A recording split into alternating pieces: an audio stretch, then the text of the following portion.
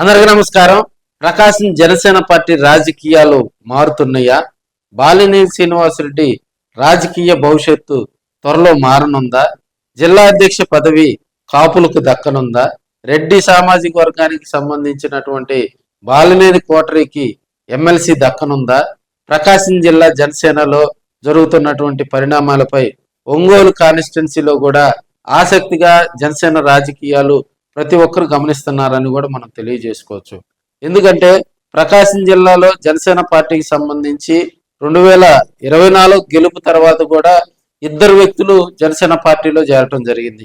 ఒకరు కంది రవిశంకర్ గారు, మరొకరు మాజీ మంత్రి బాలినేని శ్రీనివాసరెడ్డి గారు. వీరిరువురు కూడా ఒంగోలు రాజకీయాల్లో కొంత హైప్ తీసుకొస్తారనేది జనసేన పార్టీ గాఢంగా విశ్వసించి వీరిద్దరిని కూడా పార్టీలోకి చేర్చుకున్నటువంటి పరిస్థితులు అయితే మనం చూస్తూ ఉన్నాం. మాజీ మంత్రి బాలినేని శ్రీనివాసరెడ్డి ఒంగోలుకు 5 సార్లు ఎమ్మెల్యేగా గెలుపొందడం జరిగింది. 2 సార్లు మంత్రిగా పనిచేయటం జరిగింది.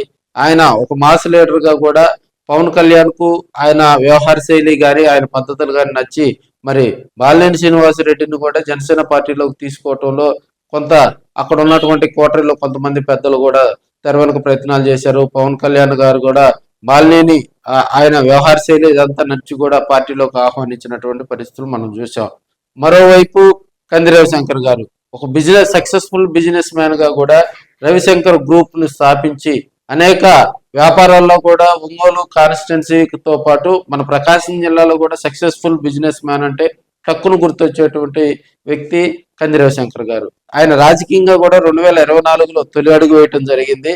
అదేవిధంగా మరి జనసేన పార్టీలో కూడా పవన్ కళ్యాణ్ గారి వ్యవహార శైలి, పవన్ కళ్యాణ్ గారి పద్ధతులు నచ్చి రాబోయే రోజుల్లో జనసేన పార్టీతోటే రాజకీయ మనుగడ ఉంటుందని కూడా విశ్వసించి ఆయన పవన్ కళ్యాణ్ గారి సమక్షంలోనే మరి ఆయన పార్టీలో చేరటం జరిగింది.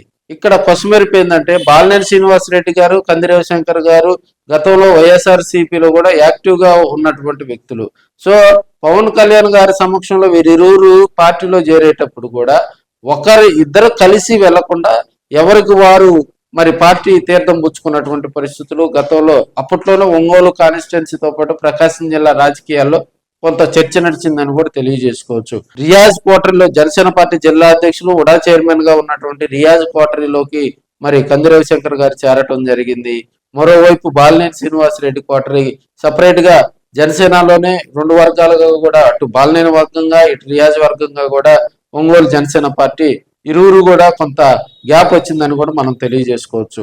ప్రస్తుతం జనసేన పార్టీ ప్రకాశం జిల్లా అధ్యక్షులుగా రియాజ్ గారు కొనసాగుతూ ఉన్నారు. ఒకవేళ ఇప్పుడు రాబోయే రోజుల్లో కూడా ఈ జనసేన పార్టీకి సంబంధించి గ్రౌండ్ లెవెల్ నుంచి కూడా పార్టీని పునర్నిర్మించాలని జనసేన పార్టీ అధినేత పవన్ కళ్యాణ్ గారు సంకల్పిస్తున్నటువంటి పరిస్థితులు మనం చూస్తూ ఉన్నాం. ఈ పరిస్థితిలో జనసేన పార్టీ జిల్లా అధ్యక్ష పదవి కాపులకు కేటాయించాలనేది ప్రధానంగా ఒంగోలు ప్రకాశం జిల్లా నుంచి వస్తున్నటువంటి డిమాండ్. సో కాపుల్లో ఒక మాసు క్లాస్ మిళితం అయినటువంటి లీడర్ గా కూడా మరి కంది రవిశంకర్ పేరు ప్రధానంగా కూడా ప్రస్తావిస్తున్నటువంటి పరిస్థితులు మనం చూస్తా ఉన్నాం.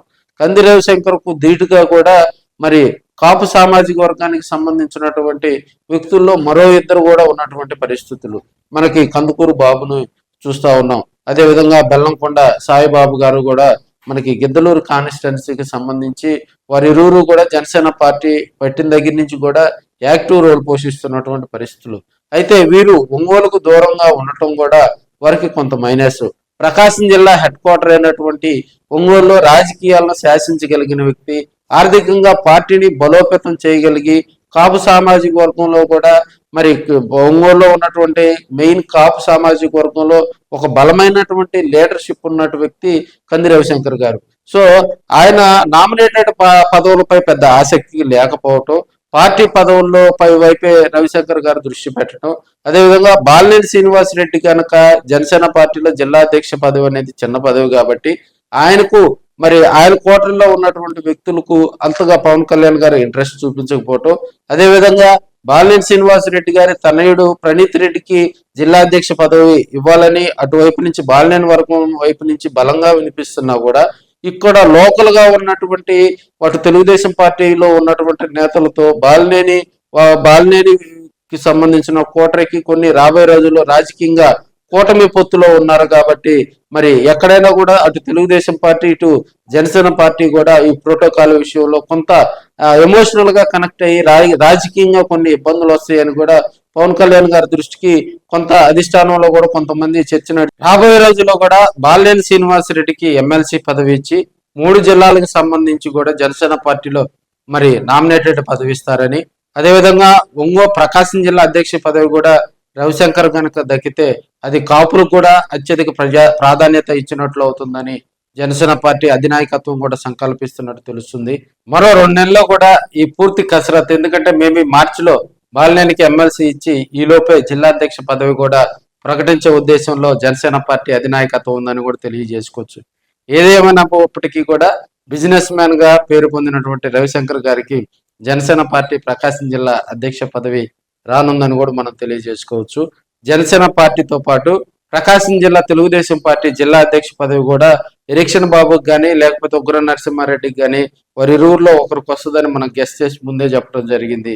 అది 100% నిజమైంది. ఉగ్ర గారికి పదవి రావటం కూడా మరి ఆయనకు శుభాకాంక్షలు కూడా తెలియజేస్తా ఉన్నాం. ఓకే ఫ్రెండ్స్, మన వీడియోస్ కి సంబంధించి కూడా ఏమైనా మీకు కామెంట్ రూపంలో తెలియజేయాలన్నా కూడా ఖచ్చితంగా మీరు కామెంట్ చేయండి, లైక్ చేయండి, షేర్ చేయండి.